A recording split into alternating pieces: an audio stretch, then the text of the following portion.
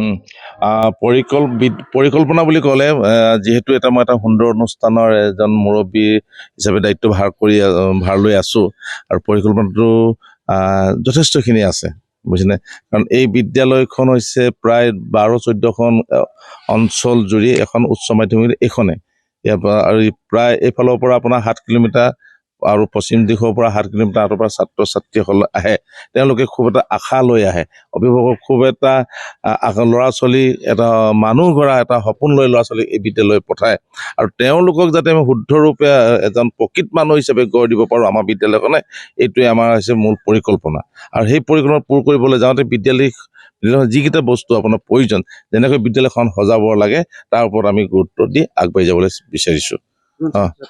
ইয়াত আপোনাৰ বৰ্তমান 338 জন শিক্ষক। এতিয়া আমাৰ যদি চাওঁ পাৰ্মানেণ্ট হিচাপে আপোনাৰ 8 জন আছোঁ, এজন ডেপুটেড হিচাপে আনি দিছে আমাক 9 জন হ'ল।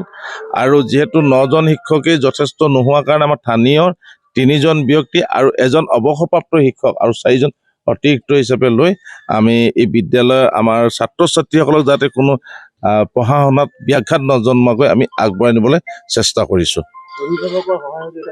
অভিভাৱকৰ সহায় যথেষ্টখিনি আছে।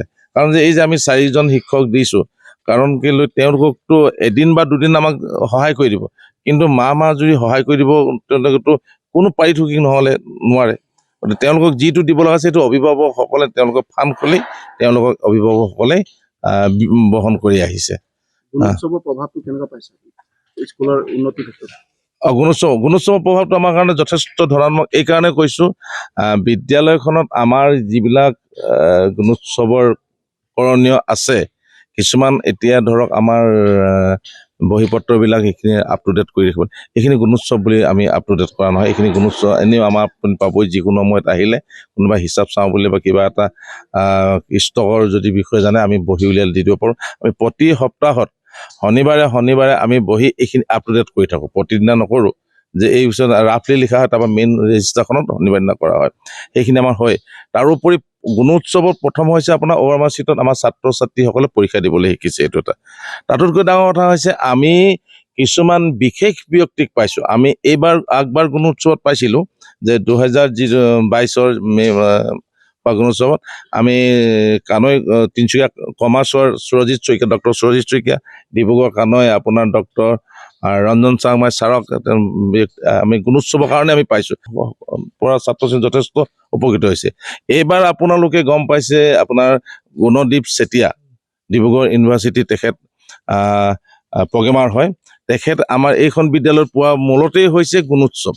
আৰু যদি এনেকুৱা অনুষ্ঠানবিলাক যদি চৰকাৰে নিদিলেহেঁতেন, এনেকুৱা ব্যক্তিসকলৰ সান্নিধ্যত আমি আহিবলৈ নোৱাৰিলোহেঁতেন। আৰু তেখেতে যে গুণোৎসৱৰ কাৰণে অকল আহিছে নহয়, তেখেতে ভৱিষ্যতৰ কাৰণে সহায় কৰিবৰ কাৰণে যথেষ্টকেইটা দিশ আমাক দি থৈ গৈছে। আৰু কালিও তেখেতে ইয়াৰ পৰা যোৱাৰ পিছত পৰহি গুণোৎসৱ হৈ গৈছে, কালি তেখেতে মোৰ লগত কণ্টেক্ট কৰিছে, আপোনালোকৰ পৰিকল্পনাখিনি কওক, মই আপোনালোকৰ পৰিকল্পনাখিনি কৰিবলৈ সহায় কৰিছোঁ। এই যে সহায় সহযোগ পাইছোঁ, এইটো মই ভাবিছোঁ গুণোৎসৱৰ কাৰণে হৈছে। ছাত্ৰ ছাত্ৰীৰ কাৰণে গুণোৎসৱটো যথেষ্টখিনি উপকৃত কাৰণে এইকাৰণে হ'বলৈ ভাবিছোঁ, তেওঁলোকে ভৱিষ্যতে কিছুমান অভাৰমাৰ চিটত প্ৰথম পৰীক্ষা দিবলৈ তেওঁলোকে সুবিধাটো পাইছে, এইটো শিকিছে। তাৰোপৰি তেওঁলোকে বিষয়বস্তুবিলাক, যিহেতু ইয়াত প্ৰায়খিনি মাল্টিপুল চইচ আহিছে, তেনেকুৱা ধৰণৰ প্ৰশ্ন শিকিছে। আৰু এটা শিক্ষাৰ লগত এটা সম্বন্ধ থকা উৎসৱ এটা কেনেদৰে আমি আয়োজন কৰি তাক আটক ধুনীয়াকৈ পাতিব, এইটো তেওঁলোকৰ এটা জ্ঞান শিকিছে। গতিকে এটা যে উৎসৱ, যে আমাৰ বিহু বা এনেকুৱা ধৰণৰ জাতীয় উৎসৱৰ নিচিনা এটা শিক্ষা উৎসৱ, গুণৰ উৎসৱো যে এটা আছে, আৰু আমি ইয়াক যে পালন কৰিছোঁ, আমাৰ স্কুলে আমি নিজে পালন কৰিছোঁ বুলি যিটো গৌৰৱ এটা বোধ কৰিছে, তাৰমানে য'ত মানসিকভাৱেও যথেষ্ট উৎসাহ হৈছে। আৰু একাডেমিক হ'লেও তেওঁলোকে এটা নতুন অভাৰমাৰ চিটত পৰীক্ষা দি এটা নতুন জ্ঞান অৰ্হতা লাভ কৰিছে।